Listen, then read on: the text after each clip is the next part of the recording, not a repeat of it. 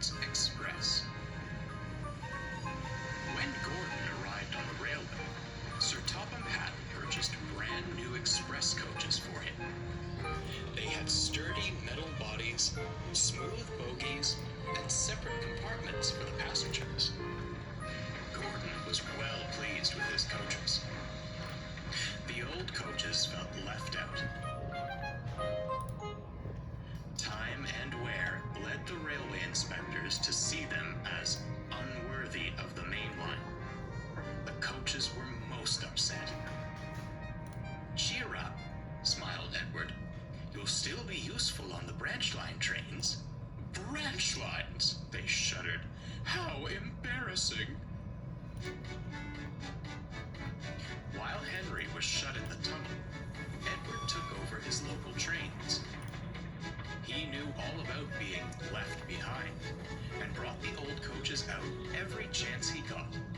This cheered them up, until Gordon voiced his opinions. "A pity," he sniffed. "But that's the price of progress. Why, even you would have been a prime express engine at one point, Edward. I suppose it's only natural that modern engines require modern coaches." "Is that so?" smirked Edward. "Why, I think you'd look most distinguished pulling these old dears." "Oh, no thank you," Gordon harumphed. "They'd be open-top carriages before I even reached top speed.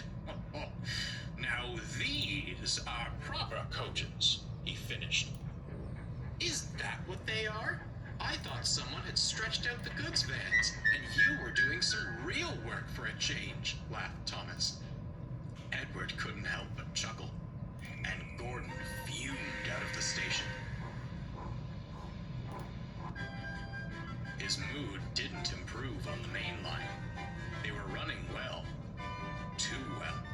"Settle down, Gordon," scolded the driver. "You'll do a number on yourself. Make no mistake." Real work, muttered Gordon. "I'll show those engines a thing or two about real work."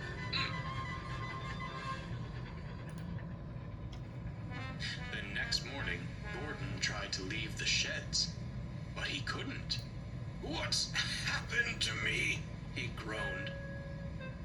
The crew inspected him and quickly found the problem.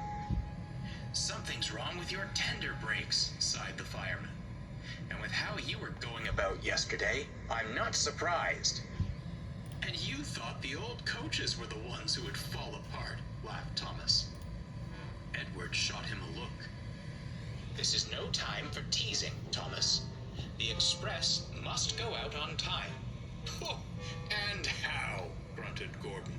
"You aren't strong enough to pull those coaches, Edward."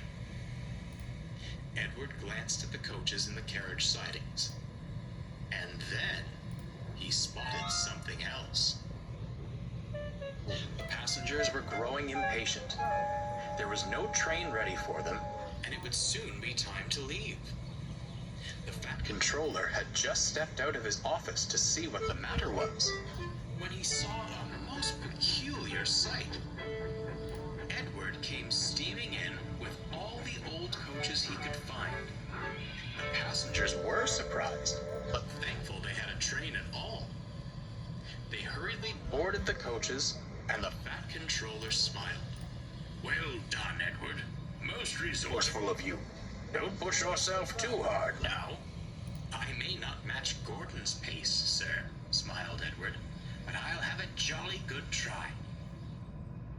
The guard blew his whistle, and Edward started away.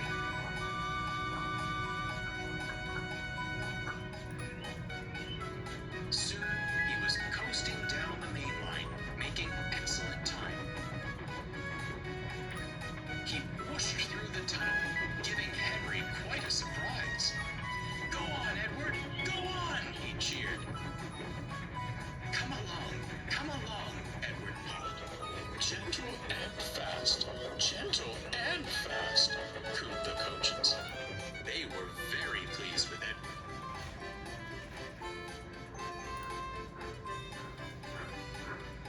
At the last station, the passengers cheered and thanked Edward. The engine at Vickerstown was most amused, but looked on with admiration. Edward just smiled. He was thankful for a rest. When he returned to Sodor, Edward spoke kindly to the old coaches. "Well, dears, how did you fancy a return to the glory of the Express?" "Oh, it was lovely, Edward," smiled one. "Although," added another, "perhaps you were right. Some leisurely branch line work sounds most enticing." "Well," Edward laughed, "I'd say it's time for a well-earned rest in the carriage shed. Come along." That won't be necessary." Gordon slunk up alongside. "The Fat Controller has given me temporary reprieve from the rigors of mainline work to rest my wheels," he stated grandly. "I shall escort these fine coaches." "That's not what he said," smirked Thomas. "He said you were to shunt in the yard until you learn not to be so big in the smoke box." "Take us away, then. Double quick, chop chop," ordered the old coaches. Edward and Thomas laughed.